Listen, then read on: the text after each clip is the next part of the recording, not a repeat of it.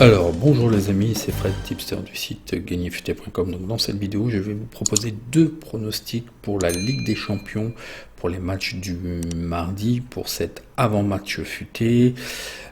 Donc, ce sera évidemment, vous le savez, Barcelone-PSG et Leipzig-Liverpool. Nous allons voir les résultats du dimanche et nous sommes en attente des résultats pour ce lundi. Donc, dimanche, comme le samedi. Pas extraordinaire, mais des choses vraiment invraisemblables. Le samedi, vous avez bien vu au niveau de la Bundesliga que des matchs nuls. Je pense que ça s'est jamais produit, je pense. Beaucoup de surprises en fait. Là aussi, donc pour dimanche, je vous ai proposé Wolfsburg, Mönchengladbach, je vous ai proposé le over et les deux équipes marquent, parce que souvent c'est quand même beaucoup plus prolifique quand même en Bundesliga, et on avait vu au niveau des stats. Là, aucun but. Je pense que sur ce week-end, les joueurs veulent peut-être ne pas se blesser pour justement participer en Europa League ou en Ligue des Champions. Le problème c'est qu'ils vont rentrer quand même dans une configuration d'un match tous les 3 jours, même si le match retour sera décalé de 3 semaines. C'est pas comme avant tous les 15 jours. Donc voilà, je ne sais pas quelle explication donner. L'Evente,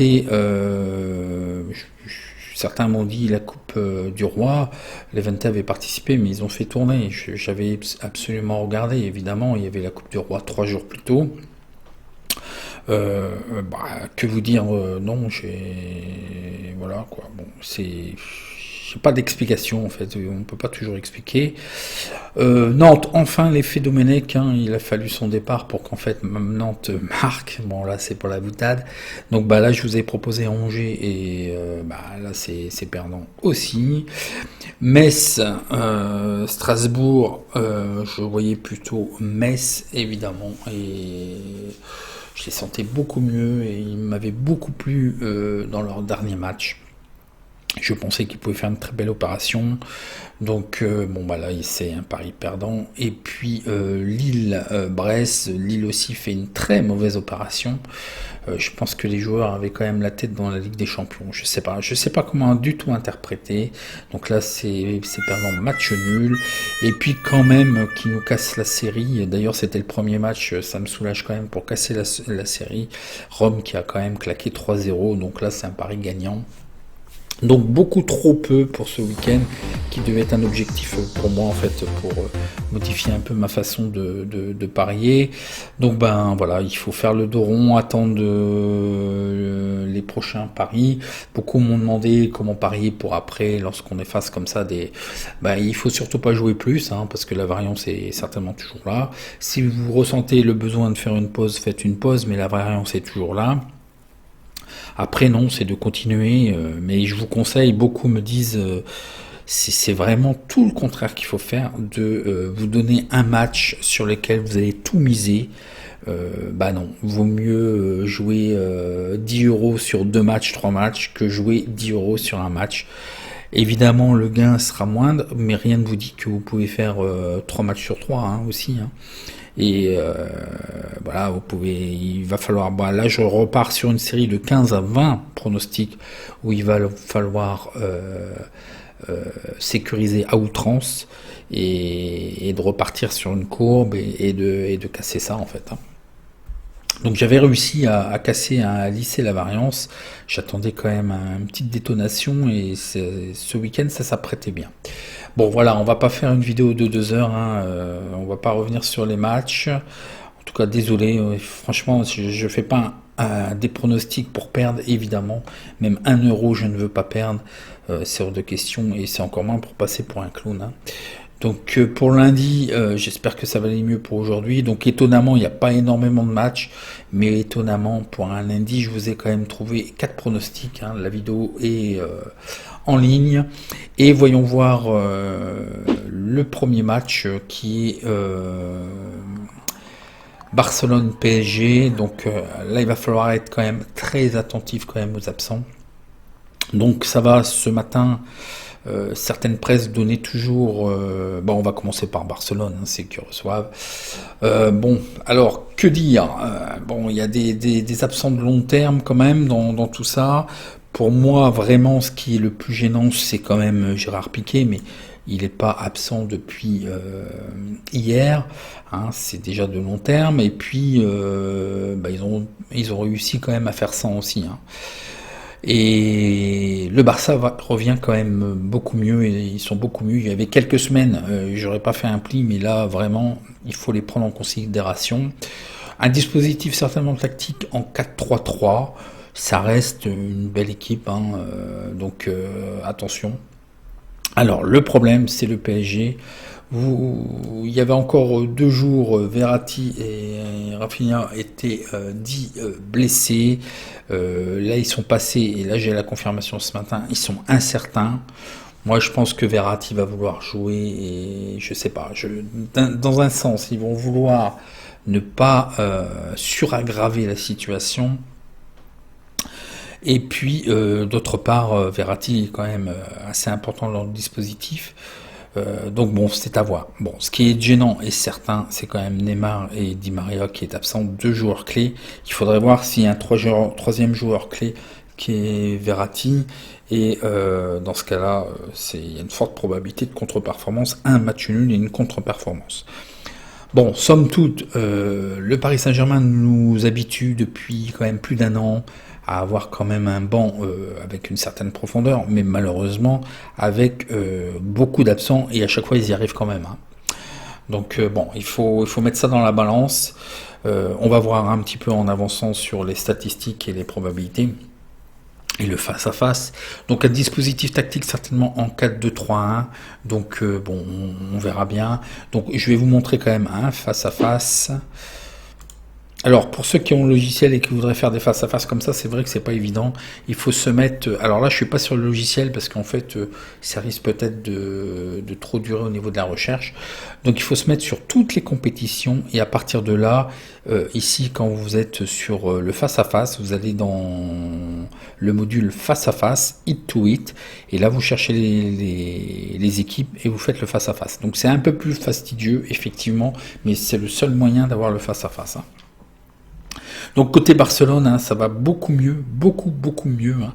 Les 7 derniers matchs gagnés, ils gagnent à 63%, match nul à 18%, ils perdent à 18%, ils font des over à 63% et des under à 36%, mais quand même un rendement négatif, hein, sur cette équipe de moins 7%, bah oui, c'est le début de saison catastrophique. Pour le Paris Saint-Germain, 68% de victoire, 12% de match nul et 20% de défaite, ils font des over à plus 2,5 buts à 60%, des under à 40%, et un rapport négatif aussi. Vous allez me dire, mais c'est étrange. Effectivement, ça paraît, et puis depuis le début de saison où il gagne, le problème c'est que par un cartade régulière, il y a quand même des petits accrochages de matchs nuls et de victoires, et malheureusement pour Paris, c'est que lorsqu'il gagne, il gagne avec des cotes massacrées, pratiquement chaque match, 1,09, 1,21, donc ça vaut rien, quoi, en fait. C'est pas une équipe à suivre, hein, ni recommandable pour les paris sportifs, hein. Pour ce qui est du face-à-face domicile-extérieur, 8 matchs d'invincibilité pour Barcelone, hein. Et puis une petite alternance quand même, hein, ça, côté du PSG. Bon, rien de vraiment catastrophique, mais il y a des faux pas à Lorient, Saint-Etienne qui était pas au mieux, a quand même réussi à faire un match nul. Bon, Lille effectivement, mais quand on est en champion comme ça, c'est là où il faut faire mal à l'adversaire, il faut gagner. Donc bon, ça marque le pas, hein. Donc voyons voir les statistiques particulières que je vous ai trouvées sur ce match. Donc au niveau des statistiques, le FC Barcelone est invaincu dans 13 des 15 derniers matchs de Ligue des Champions. Lors des 6 derniers matchs à domicile de Ligue des Champions, il y a eu plus 2,5 buts. Le FC Barcelone a concédé une moyenne de 1,67 buts dans ses matchs à domicile de Ligue des Champions. Le PSG a remporté ses 3 derniers matchs de Ligue des Champions. Le PSG a marqué un but et plus dans ses 9 derniers matchs à l'extérieur de Ligue des Champions. Et en moyenne, le PSG marque 2,17 buts lors de ses matchs de Ligue des Champions. Les probabilités BTS. nous donne le oui, les deux équipes marquent à 55%. Le problème, c'est que ça nous ferait une cote de 1,81. Donc, c'est pas value, puisque en fait, les books estiment à 1,44. Donc, ils ont massacré. Les probabilités over-under nous donnent 68% pour le over. Et là aussi, c'est pareil, c'est beaucoup trop limite à 1,47. On est en plein dedans, donc restez à l'écart. Les probabilités 1-2 nous donnent 40% pour la victoire de Barcelone, 37% pour le match nul et 23% pour la victoire du PSG. Le 1, score probable de 1. Moi, ce qui me semble difficile, c'est que voilà un petit peu ce que je soulève, c'est qu'il y a trop d'absents effectivement côté PSG, mais aussi des deux côtés, hein, il y a quand même aussi des absents, même si le Barça risque d'avoir une meilleure équipe type qui se présente. Le PSG est quand même coutumier du fait des absents et ils sont toujours là, c'est ça qui me dit que bon, ils peuvent quand même limiter la casse, je pense.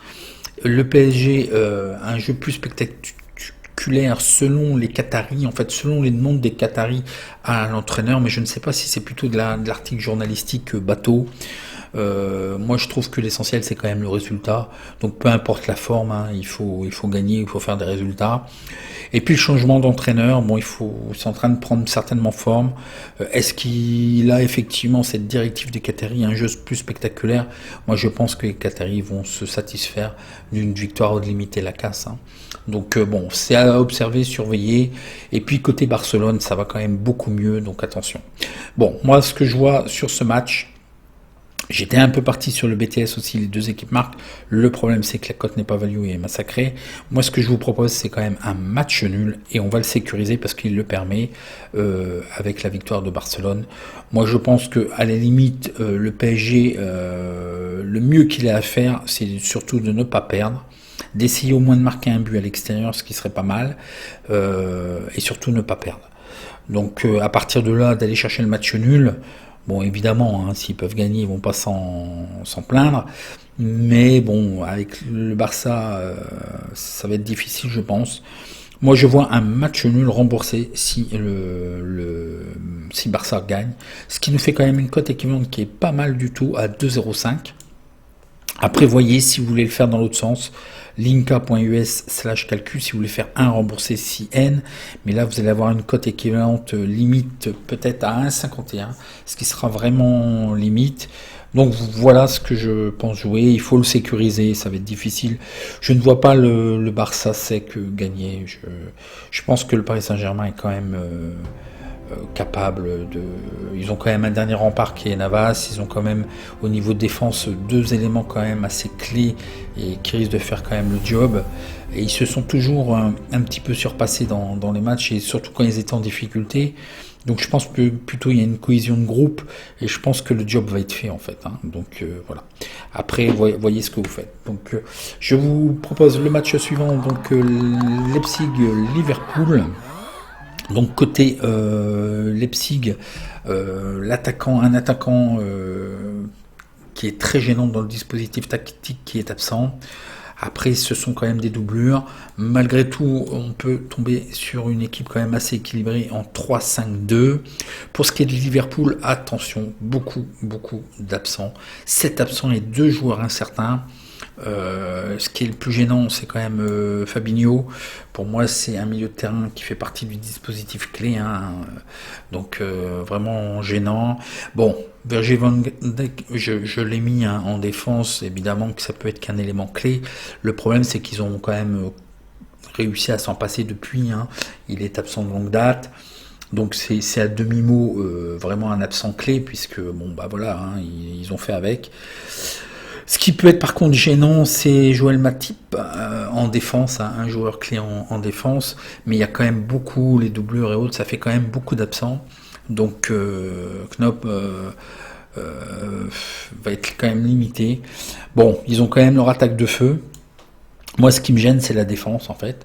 Donc ils sont toujours, des fois, c'est quand même pas... formidable. Donc le dispositif tactique probable en 4-3-3. Voyons voir un petit peu le face-à-face. Donc voilà, pour Leipzig, il reste sur 3 victoires, il gagne à 61%, match nul à 23%, ils perdent à 14%, des over plus 2,5 buts à 52%, des under à 47%. Malgré tout, un rapport négatif, moins 8% sur cette équipe. Attention, Liverpool, 3 défaites consécutives. Et je vais vous en parler après, il y a quelques petites annonces quand même de Knopp, donc on va voir. Liverpool gagne à 45%, match nul à 29%, ils perdent à 25%, ils font des over plus de 2,5 buts à 58%, des under à 41%, et un rapport négatif sur cette équipe. Voyons voir le face-à-face domicile extérieur. Leipzig reste sur 3 victoires consécutives. Et Liverpool doit se reprendre. Attention quand même, Leipzig, 81% de victoires à domicile, hein. C'est quand même assez énorme, hein.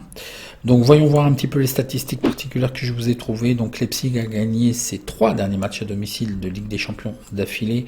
Leipzig est invaincu dans 7 des 8 derniers matchs à domicile en Ligue des Champions. Leipzig a gagné ses 4 derniers matchs de toute compétition et Leipzig a encaissé un seul but dans ses 4 derniers matchs de toute compétition. Donc ça, c'est en championnat. C'est vrai qu'au niveau défense, je les pense supérieurs. Et pour moi, tout part de la défense, hein. Liverpool est invaincu dans 6 des 7 derniers matchs en Ligue des Champions. Il y a eu moins 2,5 buts dans les 3 derniers matchs de Ligue des Champions. Liverpool a concédé une moyenne de 0,5 buts dans leur match de Ligue des Champions. Et Liverpool a perdu, ça on l'a vu, ces 3 derniers matchs en Première Ligue. Il n'y a jamais eu de confrontation entre ces équipes. Donc voyons voir les probabilités. BTS, les 2 équipes marquent 61%, et là c'est pas value parce qu'on nous propose 1,48. Les probabilités over-under, on voit plutôt les probabilités voient plutôt 51%, donc c'est très serré, hein, 51%. Moi je pense que ce match là peut ripper d'un côté comme de l'autre, effectivement, c'est ce que ça peut traduire, je pense. Le under à 51%, et là le under est à 2,09, en plus il y a une divergence, ça veut dire que ça peut basculer effectivement les probabilités à N2. Donc 35% pour Leipzig, 36% pour le match nul, 29% pour Liverpool, le N, score probable 1-1. Je suis indécis, moi je vois plus Leipzig. Effectivement, il y a beaucoup d'absents aussi des deux côtés. Je pense que c'est quand même Liverpool qui est le plus pénalisé. Liverpool, je les trouve toujours moins bien à l'extérieur. Leipzig, je les trouve bien meilleurs en défense. Après, bon, il y a des déclarations de journalistes encore. Klopp dit adieu au titre, apparemment. Alors, je ne sais pas s'il l'a déclaré ou si c'est journalistique. Donc 2 articles laissant présager en fait qu'il rechinerait sur le titre de Première Ligue. Donc ça voudrait dire qu'ils vont se concentrer, à mon avis, sur la Ligue des Champions, qui serait peut-être l'objectif premier. C'est à décrypter un petit peu comme ça si on veut. Je ne sais pas. Franchement, je ne pense pas qu'on puisse faire l'impasse. Il peut se passer encore beaucoup de choses. Il y a encore beaucoup de matchs. Moi, je pense plutôt que c'est des articles journalistiques, tout simplement. C'est le fait qu'ils aient perdu 3 matchs, mais bon, ils peuvent tout gagner jusqu'à la fin aussi, hein. Donc voilà. Bon, moi, par sécurité, j'étais parti, je vous dis honnêtement, j'étais parti sur le 1 remboursé CN. Donc les plus audacieux peuvent peut-être le prendre. Au final, je valide le N remboursé C1, ce qui nous donne une cote, moi je vois pas Liverpool aller gagner à Leipzig, ce qui nous donne une cote équivalente à 2,45. Au mieux, c'est pareil, ne pas perdre et d'aller chercher le match nul. J'ai quand même une légère préférence pour Leipzig de par la défense en fait. Je pense que ils sont peut-être capable de... Bon, dans le sens contraire, je serai remboursé de toute façon, c'est pour ça que je le couvre. Mais voilà, quoi. Donc, moi, je vois petit encore le match nul, malgré qu'en plus, attention, je vous donne une information, c'est qu'il y a quand même peu de matchs nuls, hein. Donc, ça joue pour gagner en général, hein. Donc, c'est pour ça que je le couvre quand même. Donc, le match nul remboursé si 1.